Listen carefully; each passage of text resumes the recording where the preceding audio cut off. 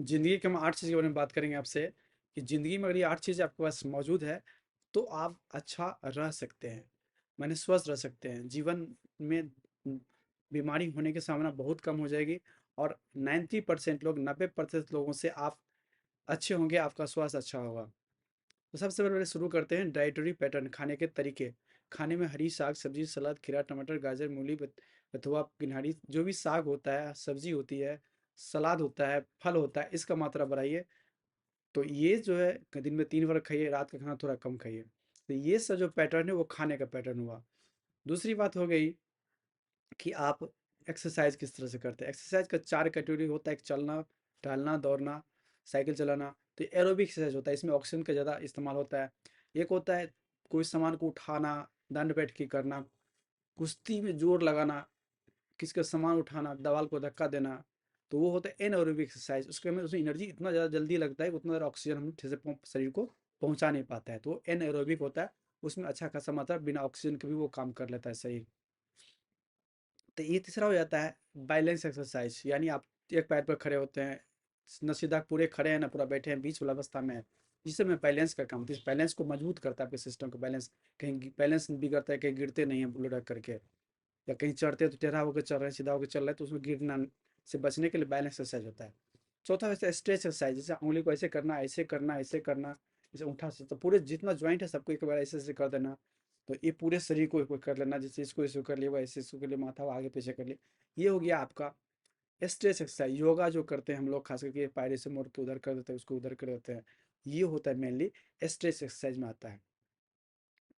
Balance exercise में आँख को वैसे से घुमा, चारों तरफ घूम, उंगली की तरफ देख रहे हैं, उंगली को ऐसे से घुमा रहे हैं, तो ये आँख के लिए बैलेंस एक्सरसाइज बनता है। अगर ऐसे करते रहते हैं तो चक्कर कम आता है और आप गिरने की संभावना कम हो जाती है। तो इस तरह से अपने बैलेंस एक्सरसाइज को बनाते हैं।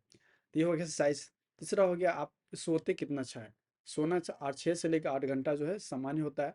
लगभग 8 7 घंटा, 8 घंटा, 9 घंटा तक सो सकते हैं।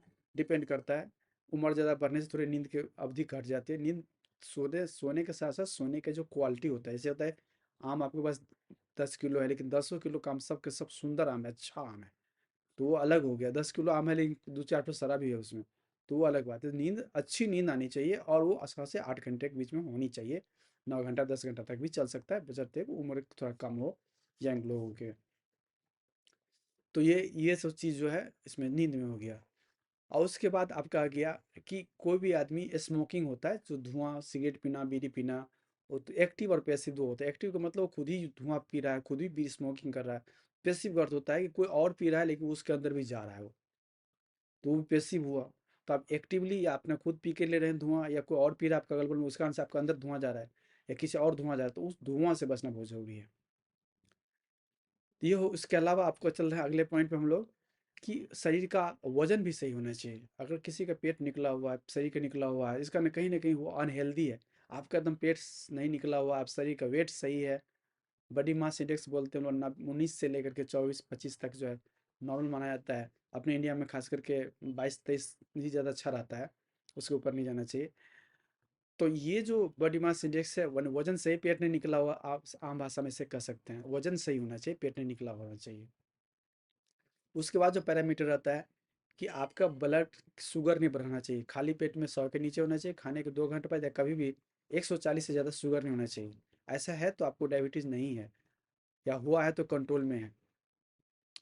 ब्लड प्रेशर सही होना चाहिए, 130 सिस्टोलिक ऊपर वाला, और नीचे वाला डायस्टोलिक 80 के नीचे होना चाहिए। तो ये हुआ ब्लड शुगर।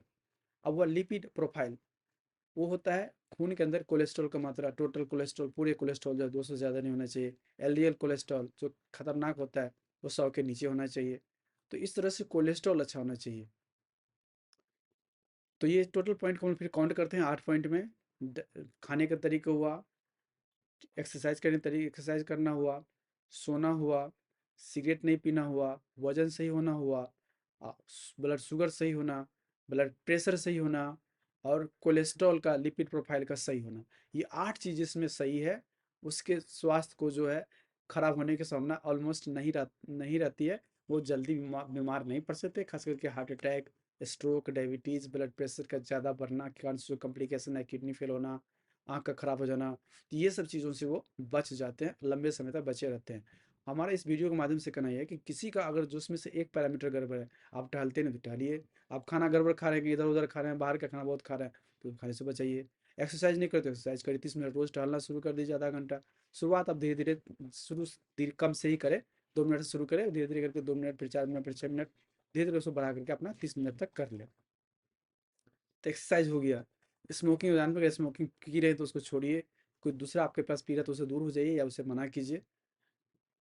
उसके बाद लिपिड प्रोफाइल होता है। अब कोलेस्ट्रॉल, अब 40 साल से उम्र ज़्यादा, 30 साल ज़्यादा उम्र है या 40 साल ज़्यादा उम्र है, मोटे हैं या घर में किसी और को बीमारी है या किसी ऐसे भी चाहते हैं, तो अपना ब्लड का टेस्ट करके लिपिड प्रोफाइल ब्लड टेस्ट करके बाद पता चलता है कोलेस्ट्रॉल कितना है, उसका एलडीएल कोलेस्ट्रॉल कितना है, टोटल कोलेस्ट्रॉल कितना है। अगर ये ज़्यादा है, टोटल कोलेस्ट्रॉल ज़्यादा है, एलडीएल कोलेस्ट्रॉल ज़्यादा है, एलडीएल खतरनाक खराब कोलेस्ट्रॉल माना जाता है, तो वो ज़्यादा है तो खतरे में है। अब हो गया ब्लड शुगर के लिए, आप लैब से ही पता चलता है कि ब्लड शुगर कितना है आपका, है शुगर बढ़ा हुआ है तो गड़बड़ है।